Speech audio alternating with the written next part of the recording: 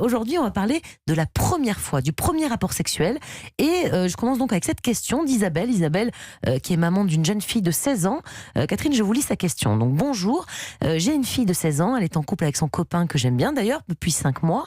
Je sens bien qu'ils ne vont pas tarder à avoir des relations sexuelles, mais j'ai juste un peu peur, un peu de mal à aborder la question avec ma fille. Je voudrais juste être sûre que ce soit un beau souvenir pour elle. Ma première fois a été tellement catastrophique. Bon, Catherine, je crois que la base, c'est peut-être de ne pas comparer de toute façon sa fille à elle. Je sais pas, c'est peut-être une première erreur, ça, non ? C'est ça. La sexualité d'Isabelle est celle d'Isabelle, et sa fille n'a pas à réparer la sexualité de sa maman. En revanche, qu'elle s'inquiète pour sa fille, ça se passe bien, qu'elle la conseille, ça, on peut se poser la question quand on a une adolescente ou un adolescent. Oui, mais le terme de s'inquiéter, c'est poser déjà le cadre qu'il y a matière à inquiétude. Il y a peut-être questionnement ou pas. Il faut être là au rendez-vous pour son enfant pour dire si tu as des questions, n'hésite pas, je suis là. Mais si l'enfant ne pose pas de questions, et que là, alors qu'il y a une fluidité d'échanges, c'est qu'il a besoin de s'approprier sa sexualité. La sexualité, c'est ce qui nous éloigne le plus sûrement de nos parents. Et c'est heureux, parce que sinon, on aurait le sentiment d'être en quelque chose d'extrêmement incestuel, un mélange des genres. Et Isabelle, elle raconte pas sa première fois à sa fille, on est d'accord, non plus. Ah ben non, parce que celle-là, c'est pour le coup, effectivement... Si elle est catastrophique en plus. Ouais. C'est ça. Et puis, en plus, ça raconte le début d'une personne, ce qu'elle en a fait, ce qu'elle est encore en train de penser. Donc, ça met une pression énorme à la fille qui doit la réparer, qui doit penser que cette première fois, elle ne l'oubliera jamais, et qu'à ce titre, ça la polluera éventuellement tout le temps. Quelle pression, oui. Non, vous savez, quand on a commencé à marcher, je pense que nous trois qui sommes dans ce studio, on a marché, puis on est tombé. Est-ce qu'on s'est dit, oh là là, je vais plus me redresser sur mes pattes parce que je vais tomber, je vais me faire de mal, et puis ça fera des bobos, et puis j'aurai du mercurochrome, et puis j'aurai des gros pansements, et puis quand ça va cicatriser, ça va tirer, ça va faire mal. Non, on remarche, on court, on saute, on dévale les escaliers avec assurance et tranquillité. Jimmy ? Pourquoi est-ce qu'on accorde autant d'importance à la première fois ? Parce que, je sais pas, quand on fait du vélo, par exemple, la première fois, on n'est pas très bon. Et puis moi, par exemple, je me suis amélioré avec le temps en vélo, je fais de mieux en mieux. Donc, et la sexualité, c'est pareil, on s'améliore avec le temps. C'est la même chose, mais pourquoi est-ce qu'on garde cette première fois en tête ? Parce qu'on a c'est souvent mieux la deuxième, d'ailleurs, je crois. Oui, d'ailleurs, la première fois...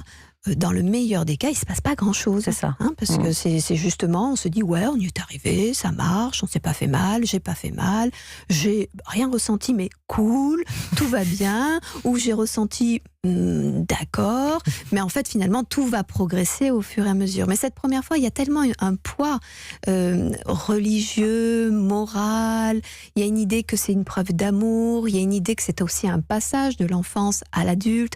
Donc c'est vraiment... on n'est pas dans une société aujourd'hui où on part chasser seul dans la savane et on doit revenir avec la bête sur le dos pour prouver qu'on est devenu un homme. Ou on est dans des...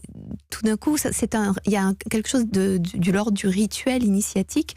Donc c'est chargé de beaucoup de choses et de preuves à faire quant à une capacité. Et un enfant, justement, il doit se prouver qu'il devient un adulte. Et du coup, c'est pour ça que je disais que la première fois est souvent... Finalement, il ne se passe pas grand-chose, parce qu'on peut avoir juste le sentiment de dire qu'on est arrivé à vaincre sa peur. Et c'est ça le miracle de cette première fois. Pas nécessairement arriver à faire toutes les positions du Kama Sutra, les jouissances, les orgasmes, etc. Ne vous inquiétez pas, tout va bien. Juste une question pour répondre quand même à cette maman. Il y a quand même au moins une chose qu'il faut aborder avec son enfant quand on sent que ça va arriver, c'est au moins les préservatifs, la contraception, etc. Ça, elle doit lui en parler à sa fille, cette fille qu'elle sent avoir bientôt un rapport sexuel ? Oui, mais ça ne doit pas être l'axe unique. Malheureusement, aujourd'hui, l'éducation à la sexualité, y compris dans les collèges, est toujours autour des dangers, des risques. Ce qui est une réalité. Il n'est pas question de bannir la possibilité de bébé, donc de contraceptifs, la possibilité de maladies, évidemment, et puis aussi du consentement personnel. Bien évidemment que ce sont des questions importantes. Mais on ne peut pas réduire la sexualité à ça, puisqu'on nourrit la peur. Donc on est obligé de dire que c'est merveilleux, la sexualité, à condition que ce soit mon choix, à condition que ce soit pour des conséquences qui sont celles que je choisis également. Je choisis de faire un bébé ou je choisis pas de faire un bébé. Je veux continuer ma vie dans la tranquillité sans peur aucune, donc je me protège et j'aide mon corps à être en sauvegarde. Mais pas mettre essentiellement l'accent sur la dangerosité de la sexualité. Parce que là, on est contre-productif en réalité. Jimmy ? Et si la première fois se passe mal ou très mal, est-ce que ça laisse présager des rapports compliqués par la suite ? Ou finalement, il faut oublier et puis se dire, c'était une expérience mauvaise, on va s'améliorer ?